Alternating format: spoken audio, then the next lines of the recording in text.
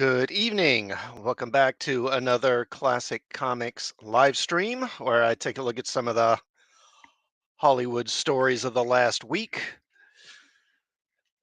I want to thank everyone who will tune in to watch this live stream and also to check in on a rewatch.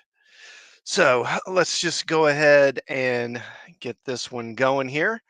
First thing I wanted to start off with is I did reach 600 subs on my channel last week. So thank you to everyone who's helped make that possible.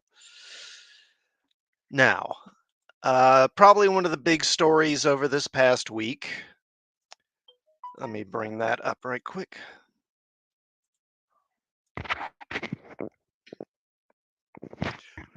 Was probably this story. We've got a Silver Surfer's been cast for the next Fantastic Four movie.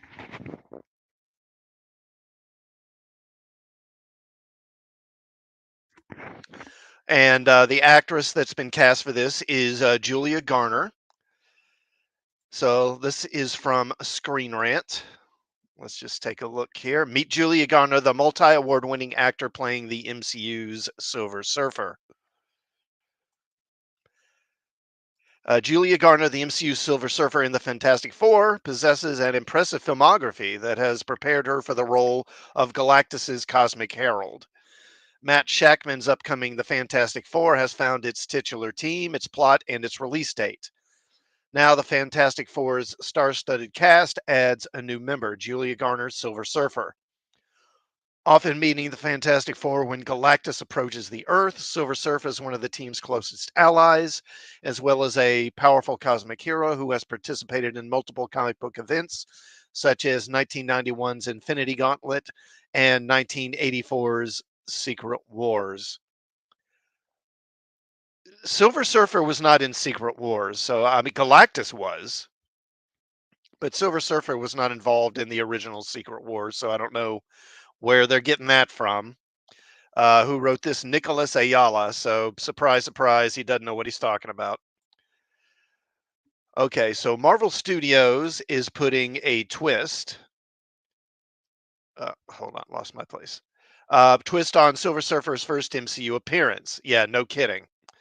Instead of the classic Silver Surfer Norrin Radd, the Fantastic Four will introduce Shalabal, Norrin Radd's first love. Although the original Shalabal is a regular Zinlavian, like Norrin Radd used to be before becoming Galactus's herald, an alternate universe version of the character becomes the Silver Surfer thanks to the nearly infinite power of Reed Richards and Sue Storm's son, Franklin Richards.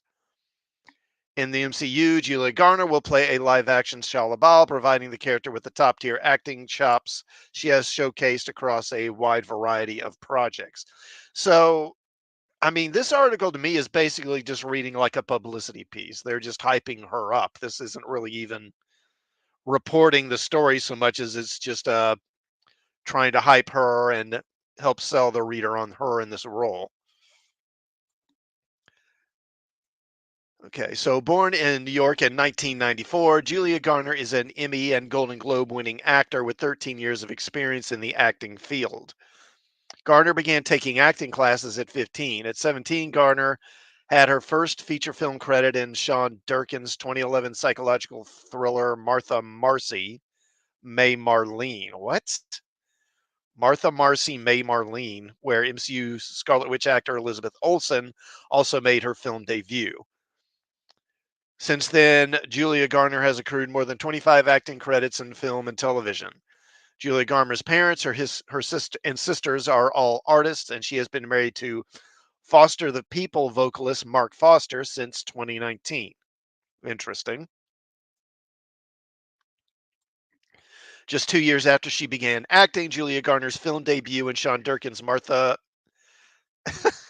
this title, I swear, Martha Marcy May Marlene, launched her professional career. This opened the door for a role in The Sopranos creator David Chase's 2012 film Not Fade Away, and a minor role as Susan in The Perks of Being a Wallflower, as well as her first starring credit in Electric Children the same year.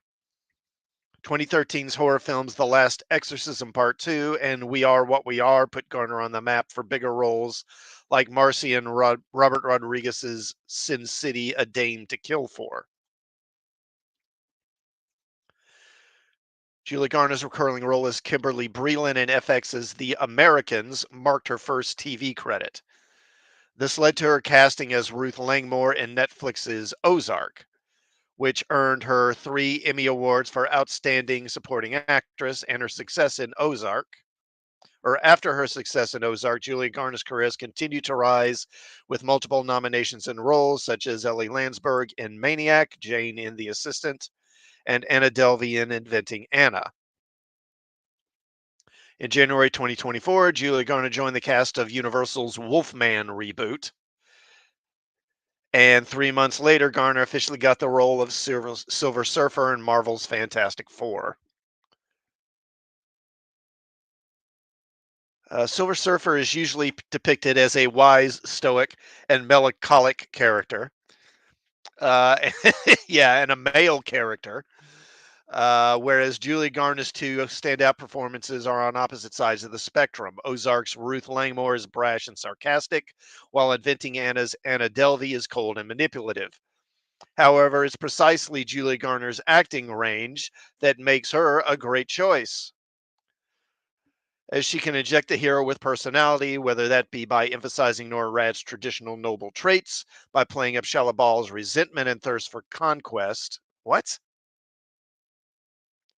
Shalabal's resentment and thirst for conquest, okay. Or by coming up with new traits that make her Silver Surfer different from the rest. In other words, not the Silver Surfer from the comics.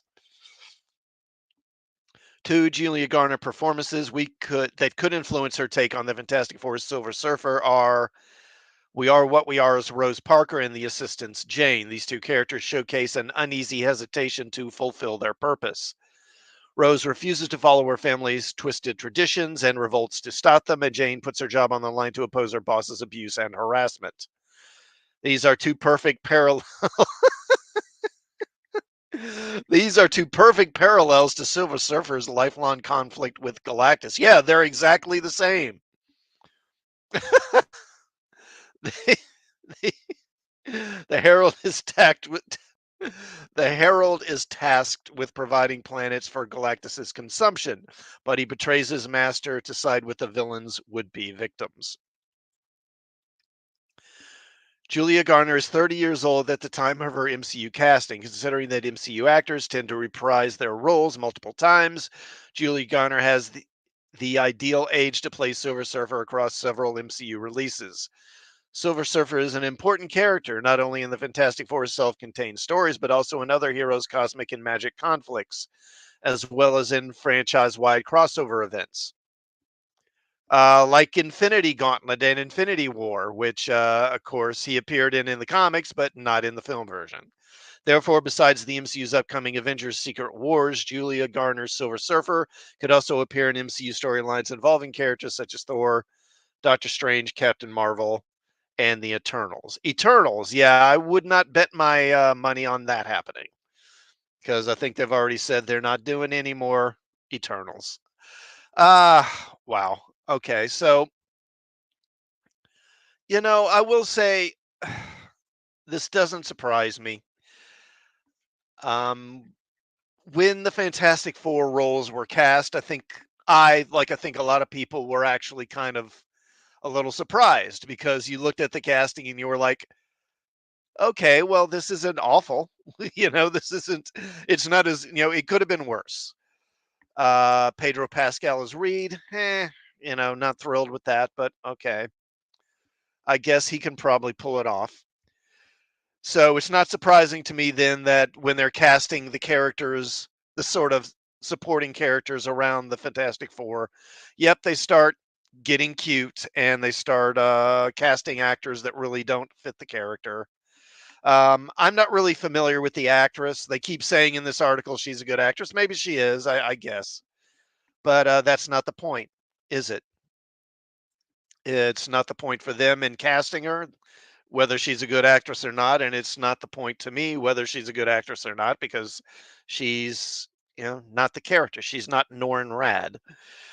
Uh, but again, this doesn't surprise me. It is, uh, It's DEI in action, and that's just it's MCU. It's MCU. Will the movie be good or not? I don't know. I have my doubts, but I guess we'll just have to wait and see when the movie comes out. All right. Let me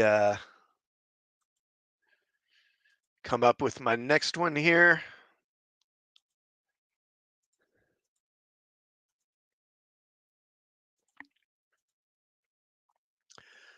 All right. So this is from the direct.com.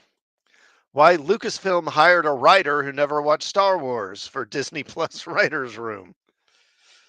Ay, ay, ay. As Disney ushers in its post Skywalker saga era of the Star Wars franchise, many eyes are on the horizon for what is to come. Excitement has been boiling over for many months since Lucasfilm President Kathleen Kennedy officially announced that the company would be releasing a massive haul of shows on the Disney Plus service, such as Ahsoka and Obi-Wan Kenobi, along with theatrical film releases like Patty Jenkins' Rogue Squadron.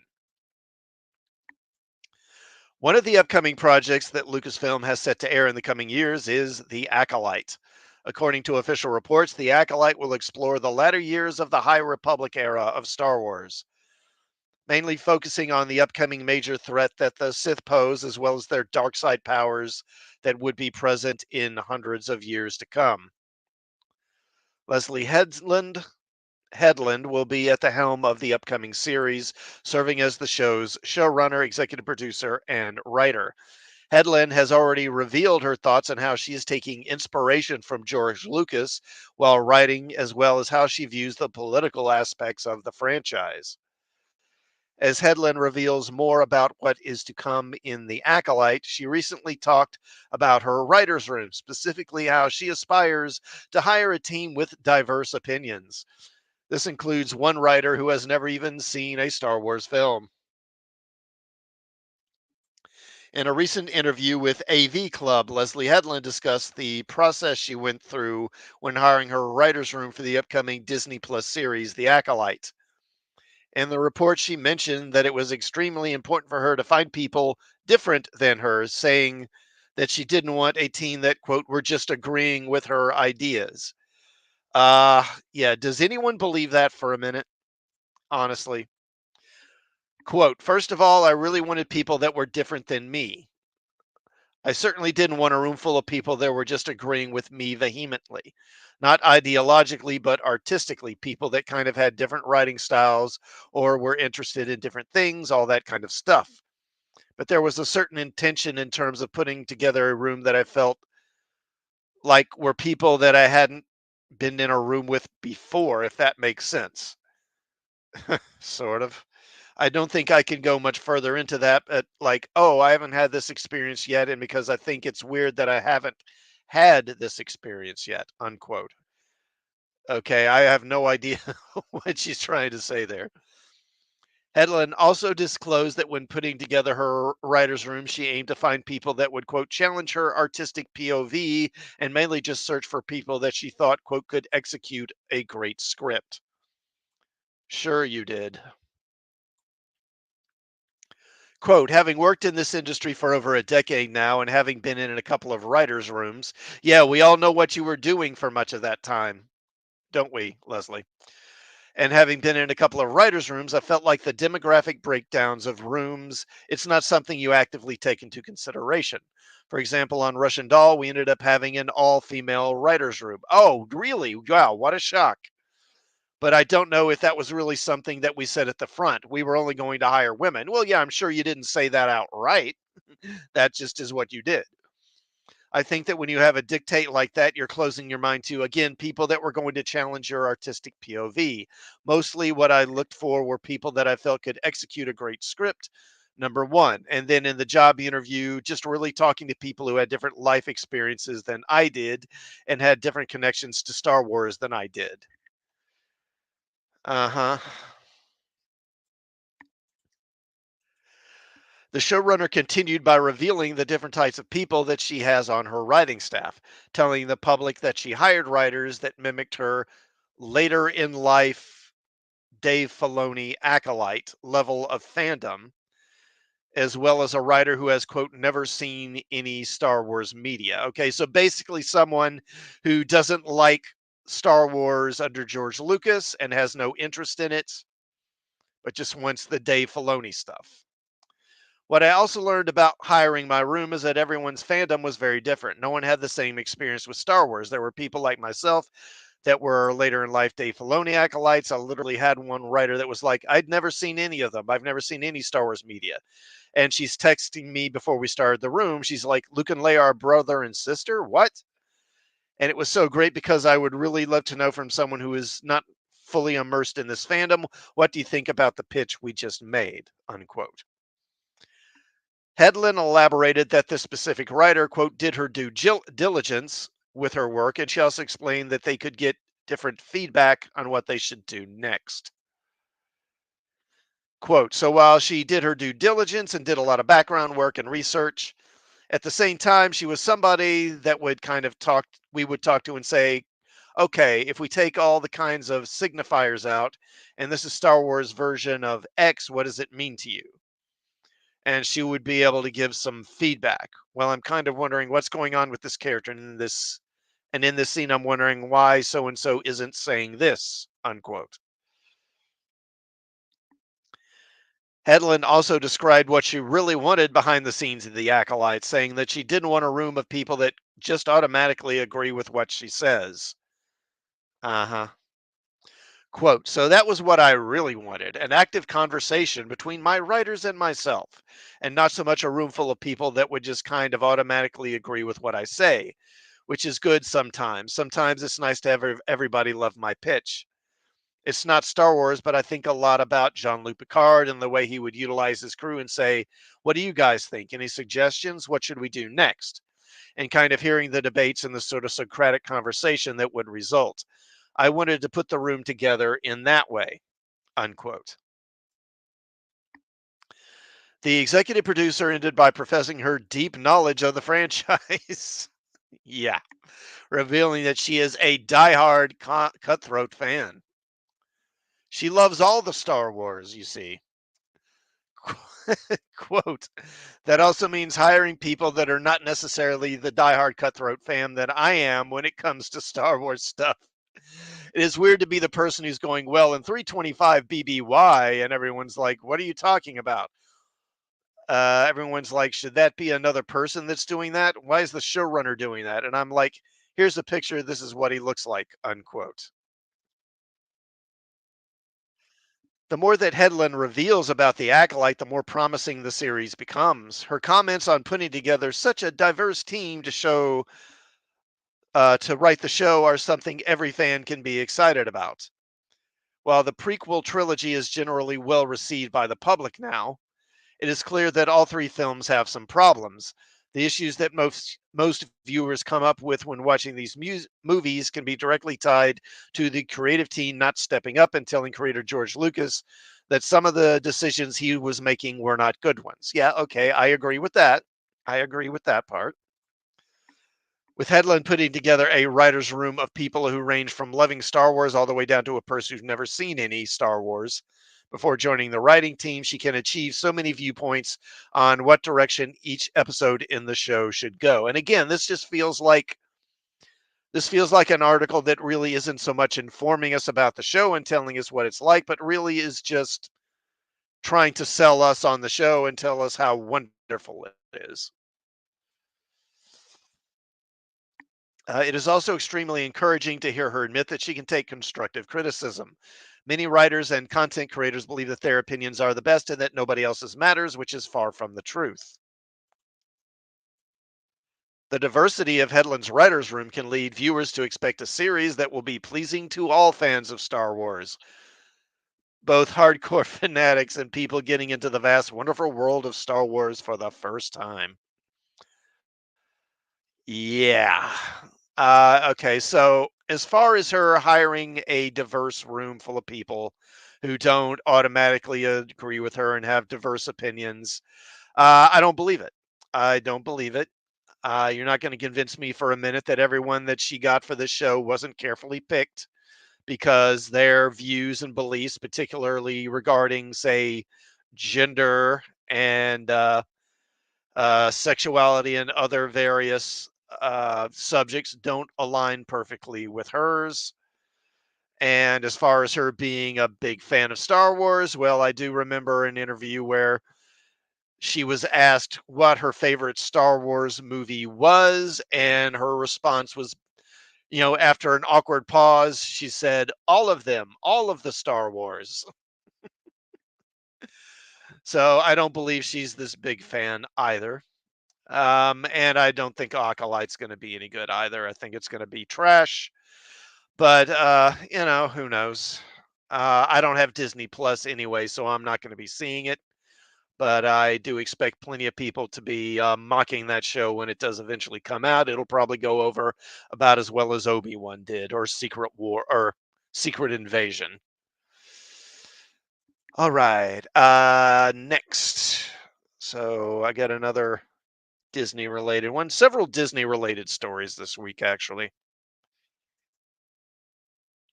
And this is from looper.com. Marvel's Kevin Feige rumored to have huge MCU animation plans thanks to the Snyderverse. So in 2018, Spidey fans were delivered an incredible treat with Spider-Man Into the Spider-Verse. 5 years later, its long-awaited sequel, Spider-Man Across the Spider-Verse, proved to be another critical and commercial success.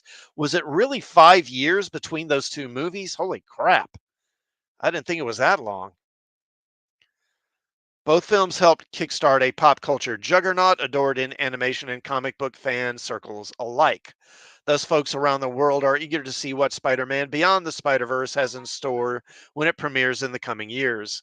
Reportedly, reportedly, this resounding success hasn't gone unnoticed by Marvel Studios figurehead Kevin Feige, who may take the Marvel Cinematic Universe in an interesting direction as a result.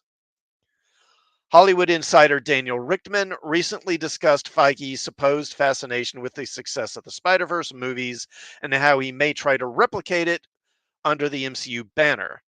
In a Patreon post, Rickman claimed that the longtime leader of Marvel Studios has his sights set on an animated MCU movie. Additionally, he mentions that the Disney Plus animated series What If could be up for a fourth season, though if this is the case, it will indeed be that program's last. Rickman also noted that there are allegedly three more animated MCU projects yet to be announced that will be released under the multiverse saga. Huh, okay, so maybe these will all be like multiverse, like Elseworlds type stories, maybe? Of course, none of these claims have been confirmed by Marvel Studios, so it's best to take them with a grain of salt for the time being. Until they're officially announced or shot down, MCU fans can look forward to plenty of announced animated shows set in the sprawling superhero universe. Though time will tell if the rumors of Kevin Feige's further interest in expanding the MCU via animation are true, what we do know is that there are already some exciting animated endeavors on the way. First and foremost is the third season of What If, which will feature Sam Wilson. Then there's the What If spin-off title Marvel's Zombies, where the zombified universe showcased in season one's What If Zombies takes center stage.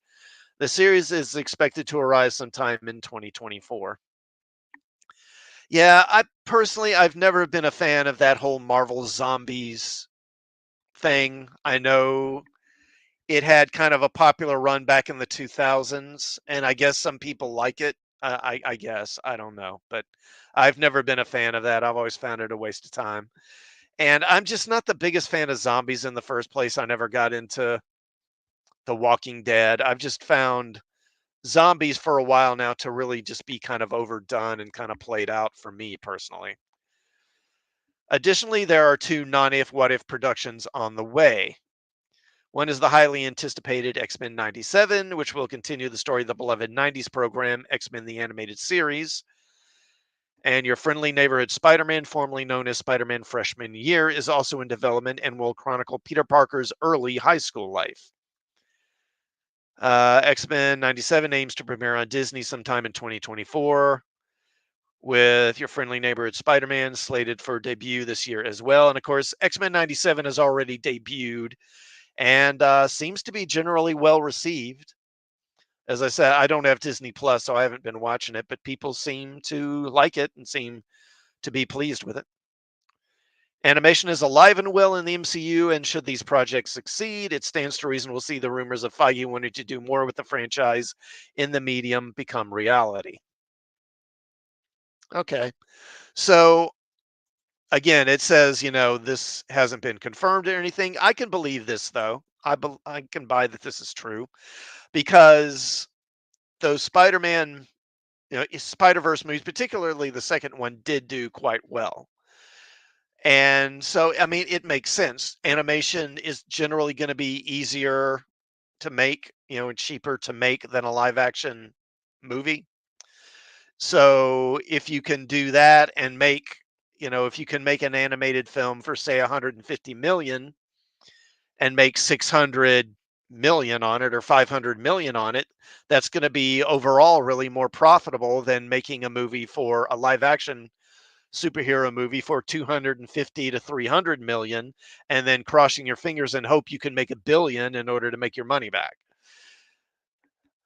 Um, but will it work? I mean, not if they don't change the way they write their movies, I don't think. Or, well, I don't know. Could they still keep this MCU stuff and still have these animated films be successful? I don't know. Because I'm not sure what kind of like the default, what the real size of the real diehard Marvel fans is. It seems like most of these movies that don't do great, that are kind of lackluster and don't succeed at the box office, like Wakanda Forever or Eternals or something like that. It seems like they tend to peter out in the 500 range worldwide, something like that. So I guess if you could make an animated film for say 150, yeah, I guess they could succeed doing that. Yeah, maybe they could. Maybe they could do that and it would work. And I definitely think there's going to be more stuff coming, animated stuff coming to Disney Plus, because again, it's just going to be so much cheaper. But they mention in here some of this stuff maybe is going to be related to the multiverse. So stuff that is basically like Elseworlds and not really part of the main MCU continuity, I guess. Which means, of course, they're going to take that as free license to screw around with characters and do all sorts of nonsense with them. I've actually thought for a while that a good idea for Marvel would be, or not Marvel, but for Disney would be to do an animated Star Wars feature. They've got that there's a YouTube channel, I think what is it? Star Wars Kids or something like that. And they've got these little animated clips that use like the dialogue and the sound effects from the original movies, but they add this animation to it. And I've thought for a while that a quick, easy way for them to make a buck with Star Wars would just to be do that with the original films. Just take those original films, animate them, and then add in the original dialogue and sound effects and music and stuff, and then put that in theaters. You'd probably make a decent buck on that because I can't think that would be too expensive to do. Because again, all you'd have to do really is the animation. You've already got the dialogue, you've already got the sound effects, you've already got the music, just do the animation to match it. And no, it wouldn't make a billion, I don't think, but again, you could probably make 500, 600 million with that worldwide probably and make a nice profit with those films. But they'll probably never do that. It would make too much sense. Okay. What I got next? Okay, so speaking of MCU,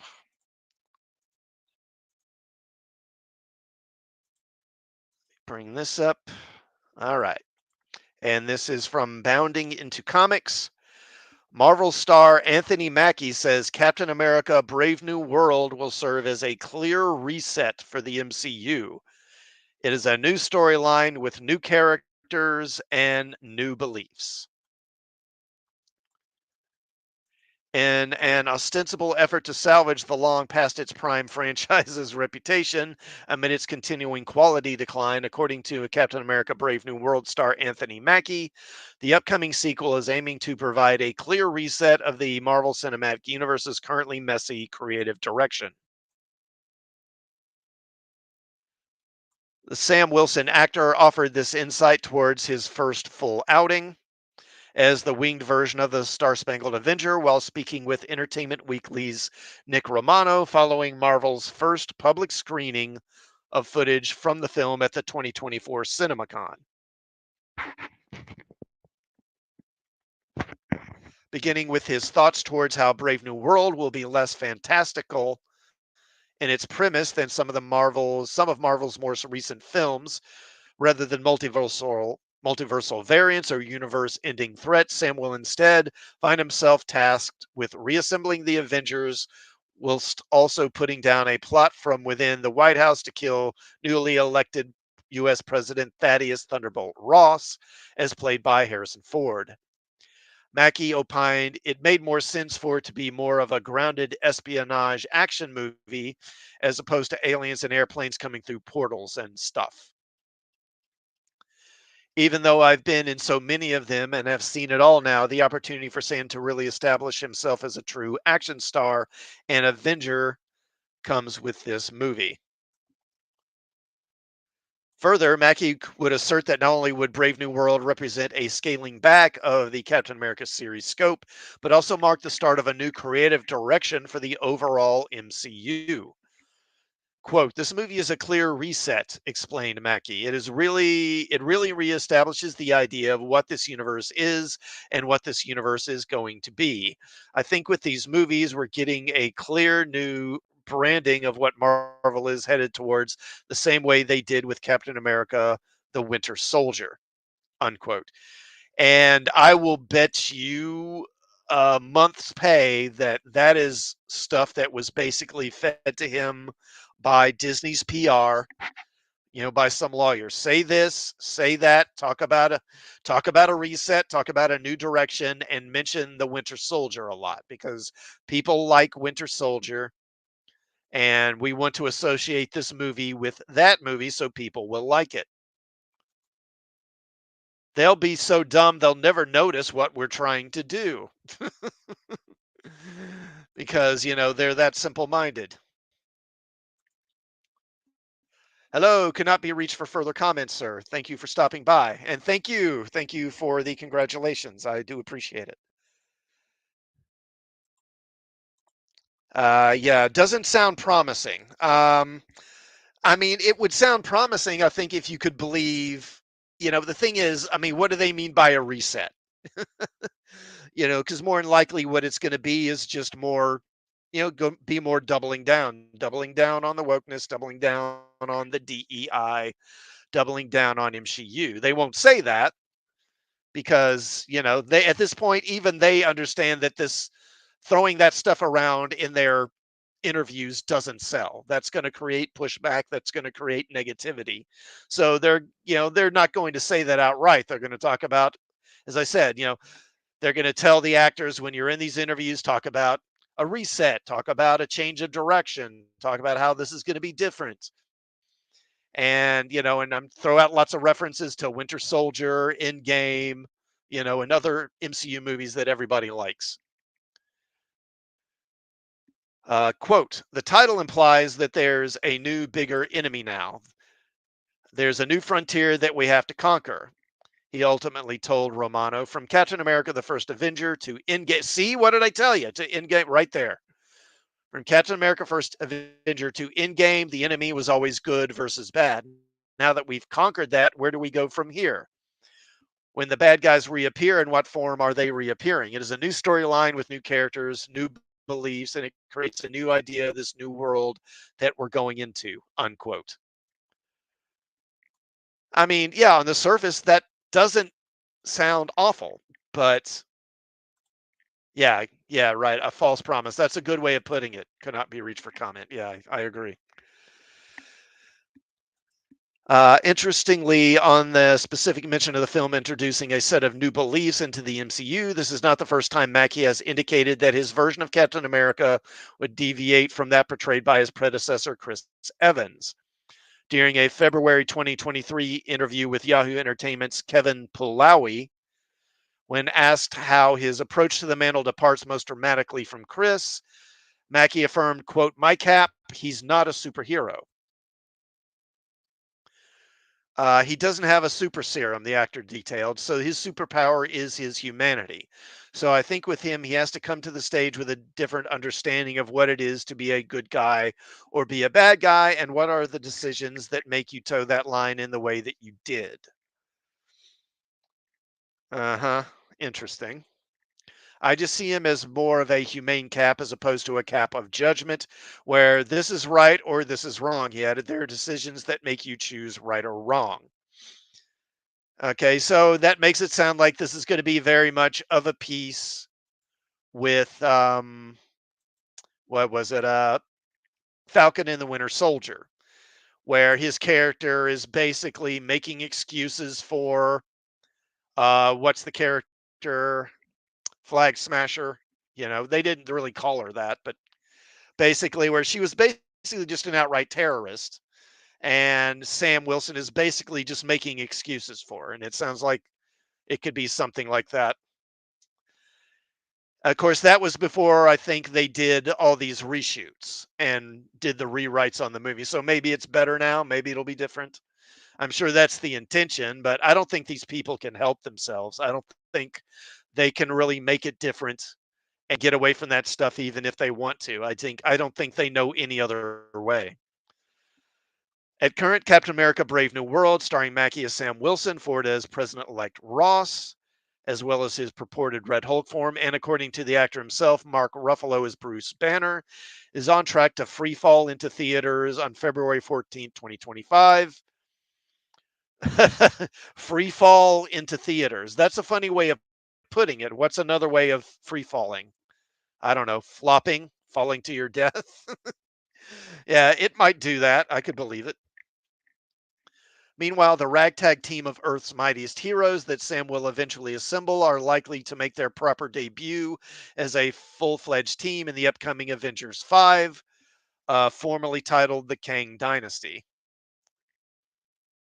So, yeah, I mean, oh, and so could not be reached for further comment says, I'll eat my words if it proves otherwise, but I don't expect them to change anything. Yeah. Yeah, I agree. I mean, they may change some stuff at the margins, you know, slightly, but not enough to make any difference, really. It's like I say, I mean, I don't think they can help themselves. I don't think they know any other way to operate. I think that I think these studios have been so completely ideologically captured. I don't think they could do anything different really if they wanted to, not without a wholesale house cleaning. But as I say, I mean, we'll have to wait and see. Maybe this rewrite, you know, and the reshoots and all that they've done, maybe that will make it tolerable. I don't know. Okay. And speaking of the MCU, got one more here, MCU related. And this is from the Hollywood Reporter. Robert Downey Jr. says he'd happily return as Iron Man and that he regularly threw out his dialogue. Robert, I keep saying Robert. Robert Downey Jr. may have recently won his first Oscar for Oppenheimer, but he's not looking to run from his Marvel past. In fact, the actor said he'd happily return as Tony Stark slash Iron Man. Quote, it's too integral a part of my DNA. Or no, he'd say, it's too integral a part of my DNA. Downey told Esquire in a new interview. That role chose me. And look, I always say never, never, ever bet against Kevin Feige. It's a losing bet. He's the house. He will always win. Unquote. Downey's Iron Man met his fate in 2019's Avengers Endgame in what was arguably the most emotionally devastating moment in the 33 film Marvel Cinematic Universe. While Marvel Comics Always played fast and loose with character deaths, regularly killing off heroes and villains for effect, only to quickly bring them back. That is true. Yep. Marvel Studios boss Feige has previously said he'd rather be protective of the moment Iron Man sacrificed himself to defeat Thanos. It makes Downey returning to the MCU increasingly tricky as the years go by. A prequel story appearance would likely require CG de aging, which still looks a bit awkward in Uncanny Valley, while a sequel return risks cheapening Endgame. Of course, Marvel could always set a story in a different universe where anything is possible. Bingo. Yeah. And that goes back to that whole story about them possibly doing animated stuff. I could easily see them doing some animated film that has Robert Downey Jr. as Iron Man, but he's just doing the voice. I could easily see something like that happening. Because him coming back to that role would put butts in seats. It would. And if you could do an animated movie and make it fairly cheaply with him in it, I bet that could do really well and make a nice bit of money for them. It makes Downey, or where was I? Okay, yeah. So Marvel continues to explore multiverse stories after Doctor Strange in the Multiverse of Madness and Spider-Man No Way Home featured different actors playing familiar heroes. There have also been rumors of an Avengers Secret Wars movie bringing back all the original Avengers, but nothing has yet materialized. The Esquire profile also had an intriguing quote from Downey's Marvel co star Gwyneth Paltrow, who played Tony Stark's assistant and wife Pepper Potts. Paltrow revealed she's stopped learning her lines for MCU films due to Downey's penchant for improvising and coming up with different and better dialogue at the last minute. Quote, there would be this process of director John Favreau and Robert and I going into John's trailer in the morning and Robert being like, I'm not fucking saying these lines and throwing them out, she said. And then live improving either in the trailer or on the set. I think in order for something to feel alive for Robert, it has to feel fresh, and he makes it fresh by making it feel like it was just invented. So many of those famous lines were written 10 minutes before we said them. Downey has a few upcoming projects in the meantime. He's attached to return as Sherlock Holmes for Sherlock Holmes 3 with director Dexter Fletcher, though the film has yet to materialize. I've been wondering if they would ever do another one of those. I actually liked those Sherlock Holmes movies. I know a lot of Sherlock Holmes traditionalists don't like them and I understand why. I totally get it. Um but to me it's I kind of think of it as it's almost not really Sherlock Holmes. I don't know. It's like a alternate version or something. I will say I like them, but I get why a lot of people do not like them. I totally understand it. More immediately, he is in The Sympathizer, HBO's Vietnam War limited series based on Viet Thanh Nguyen's Pulitzer Prize winning novel that's coming April 14th. So, why is this coming up now? And I think part of this is because, first of all, of course, he just recently won that Oscar for Oppenheimer. And I think that having finally gotten that mainstream recognition and that sort of critical recognition, maybe he's not so concerned with chasing after it anymore and kind of trying to avoid Marvel. Maybe it's okay, now it's going to be easier for me to circle back to the Marvel superhero stuff because I've kind of done what I wanted to do. I've done what I set out to do and won this Oscar. So maybe that's got something to do with it. And like I say, I think that if they are going to do more animated stuff, I think that in particular really opens the door to making it easier for him to come back. And another thing I think might be possible is, in the comics, Tony did die, quote unquote, die at one point, and he was, there was like a hologram, like Jarvis. There was an AI an AI version of him that was sort of like mentoring what's her face Ironheart or whatever her name is, Riri Williams. I think that's her name.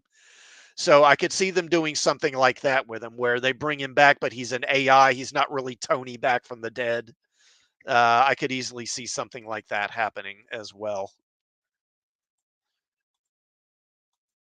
Okay, what about 45 minutes here? Okay, move along here. All right, now this is from Time magazine. Wow, Time, we're getting big time here. Jonathan Majors sentenced to probation involving jail time in domestic violence case. Actor Jonathan Majors was sentenced to probation but avoided jail time Monday for assaulting his ex girlfriend in a high profile case that derailed the once promising star's career. The 34-year-old star of Creed 3 and many other films had faced up to a year behind bars after he was convicted of misdemeanor assault by a Manhattan jury in December. Judge Michael Gaffey also ordered Majors to complete a 52-week in person batterers intervention program. He also has to continue with his mental health therapy. Following the guilty verdict, Majors was immediately dropped by Marvel Studios, which had cast him as Kang the Conqueror, a role envisioned as the male villain in the entertainment empire's movies and television shows for years to come. The conviction stemmed from an altercation last March in which Major's then girlfriend, Grace Jabari, accused him of attacking her in the backseat of a chauffeured car, saying he hit her head with his open hand, twisted her arm behind her back, and squeezed her middle finger until it fractured. Majors claimed the 31-year-old British dancer was the aggressor, flying into a jealous rage after reading a text message from another woman on his phone. He maintained he was only trying to regain his phone and get away from Jabari safely.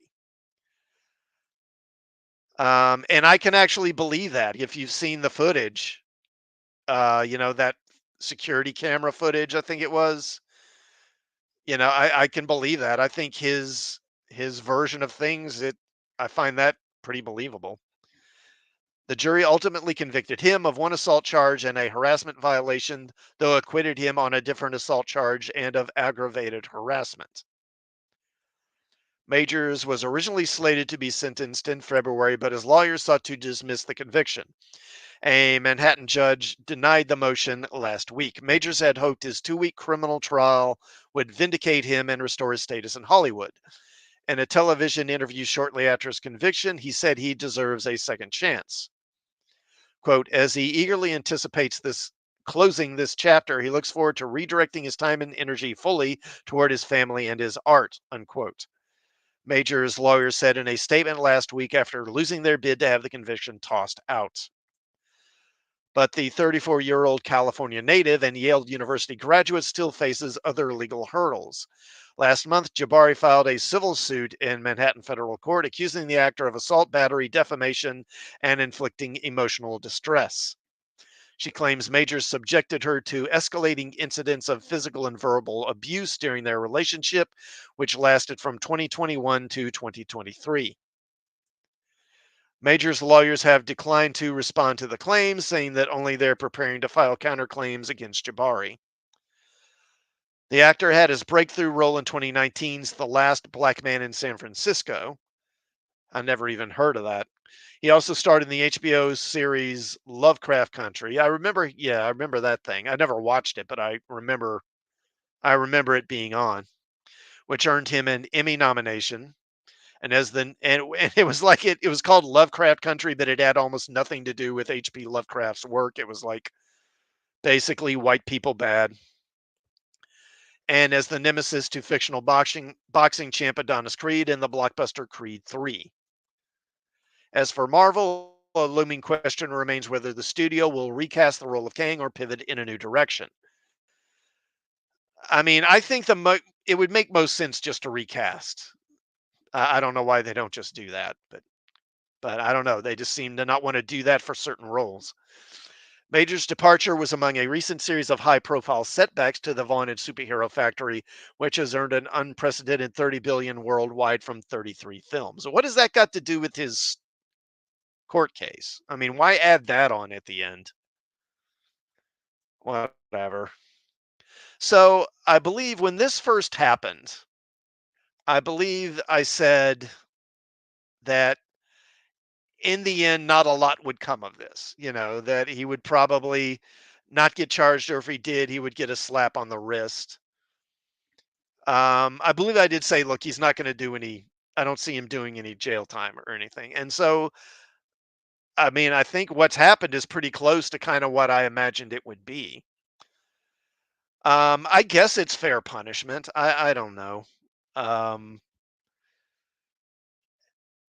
but like they say, he's got he's got civil suits pending against him, so he's going to be still dealing with this stuff for a while.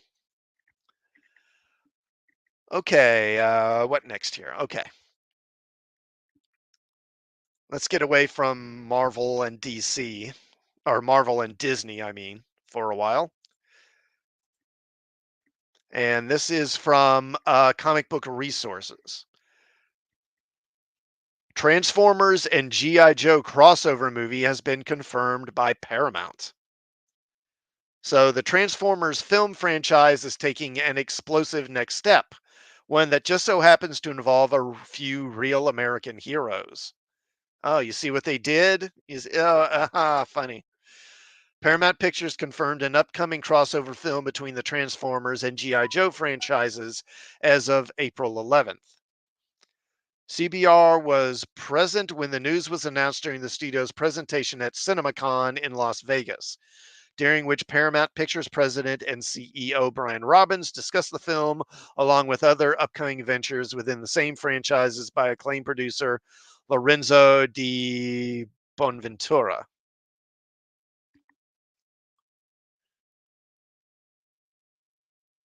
De Bonaventura was previously reported as saying that the producers would deliver on the promise we made in reference to a scene in 2023's Transformers Rise of the Beast, which teased a future crossover between the two properties. We talked about it since the beginning of the franchise. Hold on just a moment.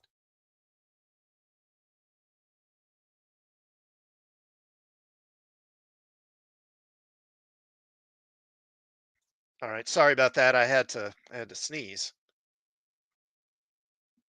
And could not be reached for further comment. Says if they had gotten GI Joe right anytime in live action, I'd be excited for this. Yeah, they've never quite hit the mark, have they?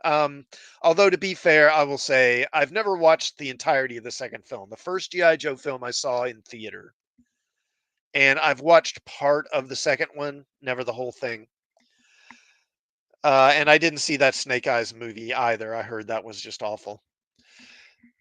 But I suspect, and this is just me, but I suspect that this is at least in part because of this potential sale of Paramount that is pending. It's like I would compare it to, when Lucas sold Star Wars to Disney. Um, the sale price, it was like basically he was getting less for Star Wars than they paid for Marvel. And could nobody not be reached for further comment? Says Snake Eyes was excruciating to sit there. Yeah, that's what I heard. I was considering seeing it, but the reviews were just so negative. I was just like, okay, forget it. And when was that? That was like right on the. I think that was right on the heels of like Thor: Love and Thunder, wasn't it? It came like between Thor: Love and Thunder and Eternals, if I remember right. When I mean, it was like full blown. Just everything was just pushing the woke as hard as you can think. And but yeah, but so Lucas was going to upset that Star Wars, they weren't paying as much for Star Wars as they were for Marvel. And they told him, well, you don't have anything in development. Was it? Yeah, in 2021. Okay. Yeah, that's kind of what I thought. Because it seems like I remember when I was seeing the previews for it, because I think I saw previews for it with Thor: Love and Thunder, and and the it was back when the theaters were still largely just empty. I think we were just starting to kind of come out of the COVID stuff.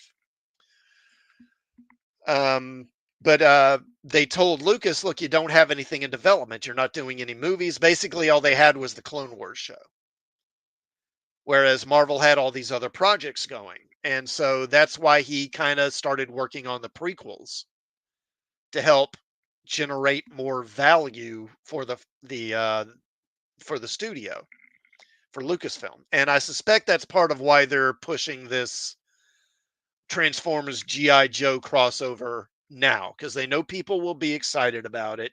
It'll create chatter online. And again, I think it's to help sort of increase value so that when Paramount is eventually sold, they'll get a better price for it. I think is at least part of why they're doing this. Um, okay, where was it? Okay, so the Bonaventura was previously reported as saying the producers would deliver on the promises made in 2023's Rise of the Beasts. We talked about it since the beginning of the franchise because the fans have been like, come on, when are you going to do G.I. Joe? The Bonaventura said, the truth of the matter is there's so many great Transformers characters that we didn't feel like we needed to rush and do G.I. Joe, but you also want an organic way. Otherwise, it feels like a cynical exercise. De Bonaventura has been a producer on every single film in the live action Transformers franchise, beginning with 2007's Transformers from director Michael Bay. In the years since, the franchise has spawned a total of 7 feature films so far, including the upcoming Transformers 1, which I got to say, I have no idea what that's about, which is currently still in production but set to release in theaters on September 13th.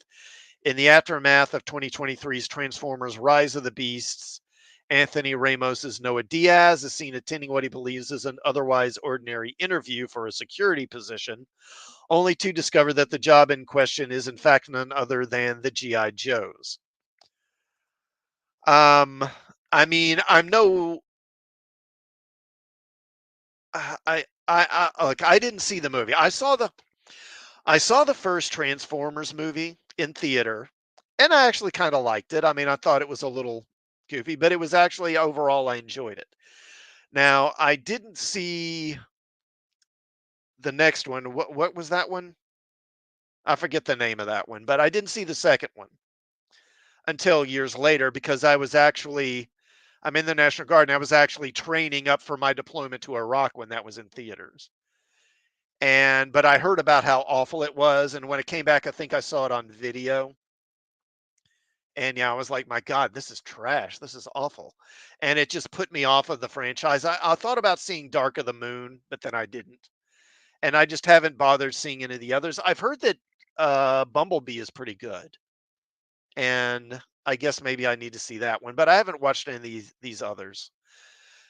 But the thing is, I mean, it says, okay, so I'm guessing that Noah Diaz is kind of like the guy they put in the Rise of the Beast, because I've seen clips of it. So he's just like an average guy, right? I mean, isn't G.I. Joe supposed to be like the best of the best of the best? Could not be reached says Revenge of the Fallen. That's it. Yeah, they say it suffered from the writer's strike. It suffered from something. It suffered from being, well, I can't say the word. I won't say the word, but it begins with an R and it refers to your mental capacity. Um, but I mean, isn't GI Joe? Aren't these guys supposed to be like they're like the best of the best of the best? It's like they're the very best that the military has to offer. But then this guy from Transformers, he walks in off the street and gets offered a job with the GI Joes. I mean, how does that work? Okay, whatever.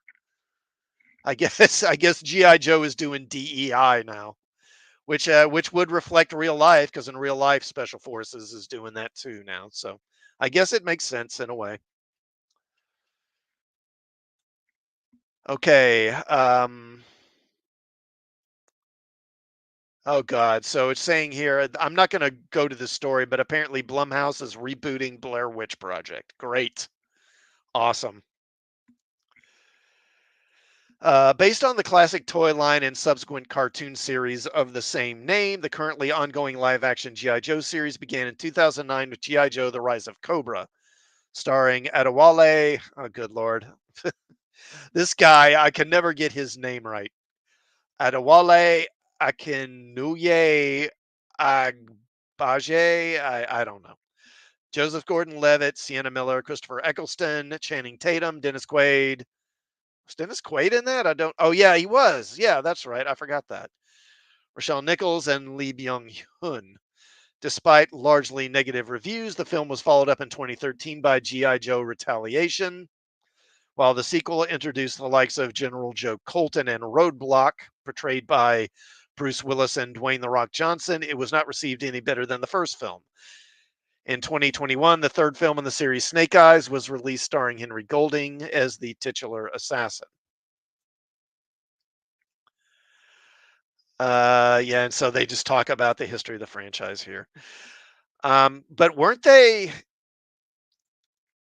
because for years we've been hearing about how they were going to do like a shared universe. They were going to bring in all these different toy related brands, which I guess are all, I think they're all owned by Hasbro, which who all was going to, it was going to be Transformers, G.I. Joe, Mask was going to be one of them. What else? I can't remember these others, but there was like 5, 6, 7 different toy franchises they were all going to try and put together in a shared universe or something. Um, I don't know. Micronauts. Oh, was Micronauts going to be in that? Okay. All right, I got to say if they did a Micronauts movie, I would go see that. Even if it's trash, I would probably go see it. As much as I hate to admit it. Um, but yeah, but there was some other stuff. Like was it like Silver Sectars? Was that it? It was one of those like lesser toy, action figure lines like Silverhawks or Sectars or something like that. I don't know. Okay. Um, okay, and speaking of movies in the works, I'm at an hour here, so I'll probably only do a couple more here and then wrap this up. Okay, this is from the Hollywood Reporter. Live action R rated Teenage Mutant Ninja Turtles movie in the works from producer Walter Hamada. So, after the success of last year's animated hit film, Teenage Mutant Ninja Turtles Mutant Mayhem, was that a hit? I don't know. I didn't pay much attention to it. So, I guess it was maybe. I don't know. Paramount Pictures is keeping Turtle Power going by putting a new feature project into development. This one, however, will go beyond the realm of the all ages material their long-standing property is known for and instead go into gritty R-rated territory. Paramount is developing Teenage Mutant Ninja Turtles: The Last Ronin, adapting a popular storyline seen in the recent IDW comics as a live-action feature with the intent of making it for an R rating. Tyler Burton Smith, who co-wrote the upcoming R-rated action movie Boy Kills World, and who wrote the 2019 iteration of Chucky, the Chucky horror franchise Child's Play, is penning the script. I haven't seen those, so I can't speak if those are good or not. Walter Hamada is producing through his 18 Hertz production company as part of his multi-year deal with the studio.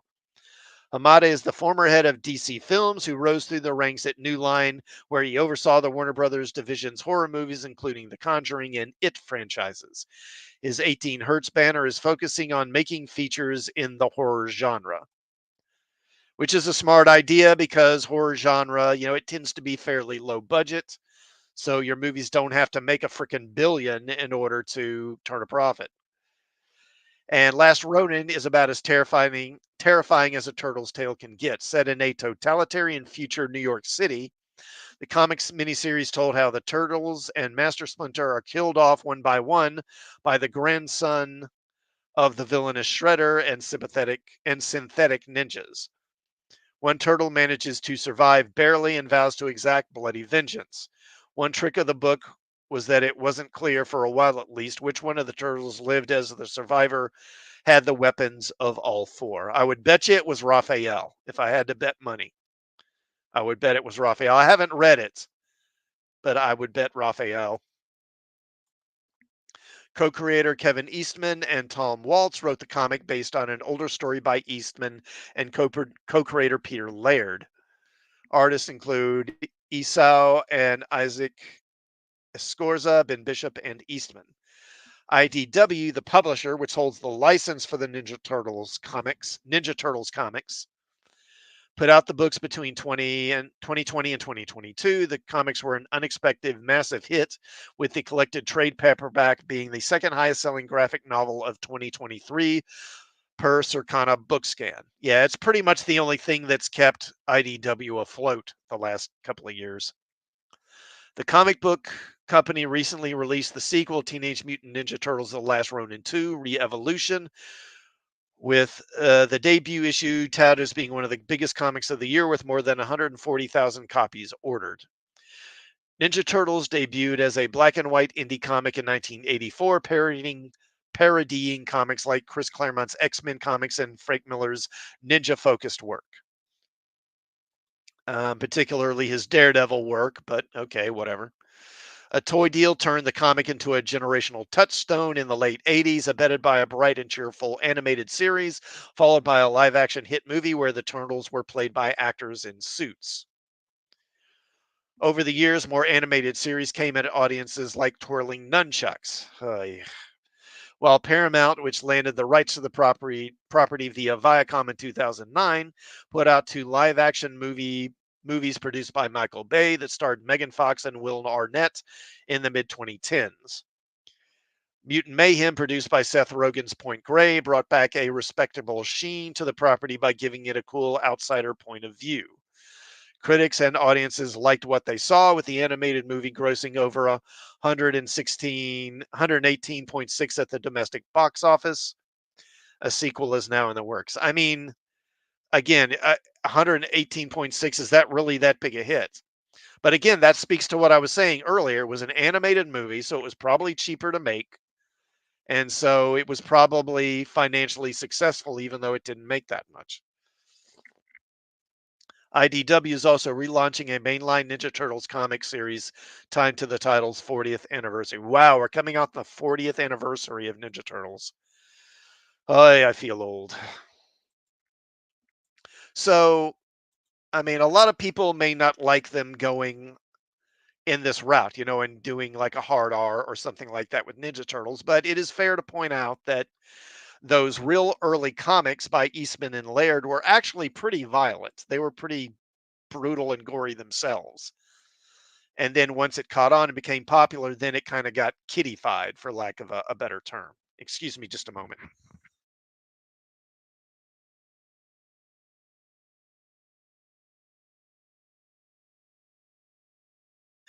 Excuse me, I had to cough. So, in a way, this is kind of getting back to what it was more like early on. All right. So, okay, let me do this one. Bring this up right quick. I think I'll do this one and then maybe one more, and that'll be it. Okay, this is from Collider, and this is something that really interests me. Superman, the Christopher Reeve story, sets fall release window. Superman, the Christopher Reeve documentary, has a theatrical release date. DC Studios co-head Peter Safran told CinemaCon attendees, including Collider's Britta DeVore last night, that the movie will be released in theaters this September, though there was no exact date for the release specified. The documentary first premiered at the 2024 Sundance Film Festival, and during CinemaCon, Safran showed a trailer for the documentary. This trailer detailed the family reaction to the horse accident that left Christopher Reeve paralyzed, preparing for his role as the Man of Steel in Superman in 1978 and his connection with Robin Williams. Because, yeah, he and Robin Williams actually attended Juilliard, the acting school, together, I believe. So they were like actually good buddies. Collider's Ross Boname reviewed the documentary for us back in January, saying that the director's quote showed the impact Reed had on his life-changing research, the family that meant the world to him, and continues his work to this day, and what it truly means to be a hero, unquote. Boname also explains that some of the most powerful parts of this documentary come after Reeves's accident and how his family copes with the drastic change in their lives. Superman is directed by Ian Bonhote and Peter Etegui. Otto Burnham also co-wrote the documentary. Bonham says Etegui and Bonhote's emotional and compelling documentary shows us that a true hero is simply someone who does the best they can with the means they're given. Unquote. The documentary will include home movies as well as personal archives revealing just how Reeve went from an unknown actor to the Man of Steel. The documentary also shows Reeves' shift to activism following his horse accident when he became quadriplegic and dependent on a ventilator to breathe. Last night at CinemaCon, Warner Brothers showed off other projects in addition to the Reeve documentary, including George Miller's Furiosa, Kevin Costner's Horizon Saga, and Bong Joon-ho's Mickey 17. So this is something I'm really interested in seeing. Yeah, so you two could not be reached for further comment. Yeah, I want to see this too. Um, I think that and the thing about it is, of course, after he was injured, you would see him in interviews and repeatedly I saw where he talked about how, I'm convinced we're going to find a cure for paralysis in the coming years or something like that to that effect, being very optimistic about it. And actually, I saw an article in the last couple of weeks about and I forget where this is, but there was a guy and he was paralyzed. I don't remember if it was from the neck down. I think it was more like from like the mid back, like middle back and down or something like that. And he was, paralyzed. And they gave him this treatment where I'm trying to remember what it was. I think they took like stem cells from the lining of his stomach, I think is what it was, or something like that. I'd have to look it up, and injected it into like the site where the injury is to his spine is.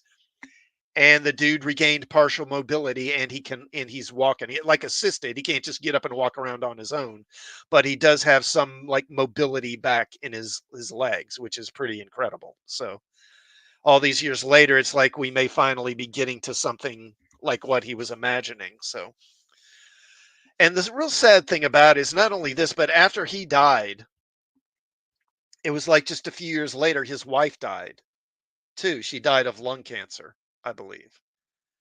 Um, and she never smoked. She was never a smoker, but she died of lung cancer. What they thought was that, she had been a singer for many years, and I guess she had sung in a lot of like bars and nightclubs over the years. And the thought was that she had probably gotten it from secondhand smoke and singing in all these smoky bars and clubs and stuff. But man, that's just God, that's rough. You lose for those kids because you lose your father, then just a few years later, your mother too. You know, just brutal. Okay. Okay, let me do one more here because I'm like, what, an hour and 15 minutes already. But I did want to do this. And again, this is from theankler.com, which I'd never heard of before. Netflix's big threat isn't in Hollywood, it's YouTube. So the popular narrative among entertainment press and pundits in 2019 was that Netflix would swallow the entertainment world and become all TV. Then 2022 happened and Netflix fell precipitously while Disney rose. A year later, the traditional studios began their subsequent slides, including Disney, who had to change CEOs. Now, at the start of 2024, some, including the architect of Project Popcorn, are again speculating that Netflix will, quote, soon be one day be all TV.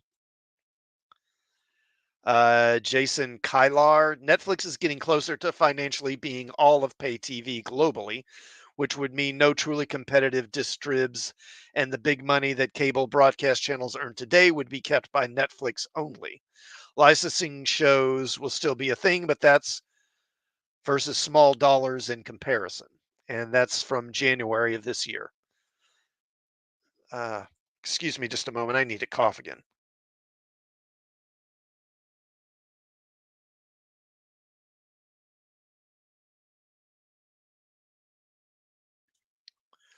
Okay. The thing is, it's just not really true. As much as we talk about Netflix being the biggest streamer in Hollywood, pundits and media tend to overlook the elephant in the room. For example, here's Nielsen's monthly usage tracker for The Gauge. And this is Nielsen over time, streaming category by streamer. And so the bottom color here, the dark blue, is YouTube. And the upshot of it is that, it's the the other blue, the second one is Netflix. And as you can see, these two are both significantly greater a portion of the audience than any of these others. And these others include Hulu, Prime Video, Disney Plus, Max, Paramount, Peacock, Pluto TV, Tubi, and Roku, among others. These two are much greater, I mean, more than double of the nearest competitor, which is Hulu, right here. But even among these two, YouTube is consistently a higher percentage of the audience, not by a lot, just by 1 percentage point, but consistently higher than Netflix is. You see, YouTube is actually larger than Netflix right now and growing, and it made more money than Netflix last quarter. It's an ad supported service, but has more than 100 million subscribers. I don't think anyone should declare any streamer the winner of the streaming wars yet. And I'm aware of Richard and I disagree on this, but if I were going to anoint a winner, I'd crown YouTube, not Netflix.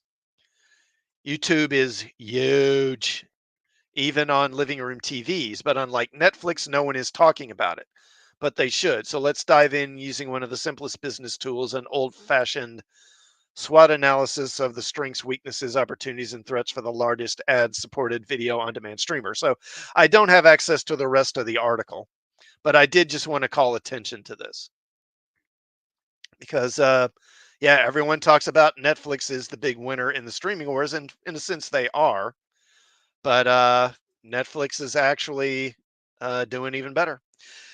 Okay, so I think that'll be it because I'm coming up on an hour, hour 20 minutes. So I'll go ahead and stop here. I want to thank folks who tuned in during the stream to watch, and those who will be watching on the rewatch and could not be reached for further comment. Says I'd go with YouTube.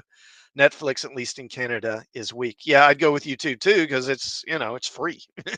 You don't have to pay for it. And thank you. Could not be reached for further comment for stopping by. I do appreciate it, sir. Thank you for listening. And if you do give this a listen, please do consider subbing to the channel and also liking this stream as well. And maybe check out some of my other stuff while you're here. Oh man, I just realized I misspelled Captain America. Oh well, let me fix that. I'll just take it away. Never mind. Oh well. Anyway, that'll be it for me. Again, thank you for tuning in. I'll probably be streaming on Tuesday evening, doing my Trek Talk stream on Tuesday, probably around 5 o'clock Central Time as usual, and have another comic review coming sometime later in the next week as well. Until then, everyone, have a good night and thanks for listening.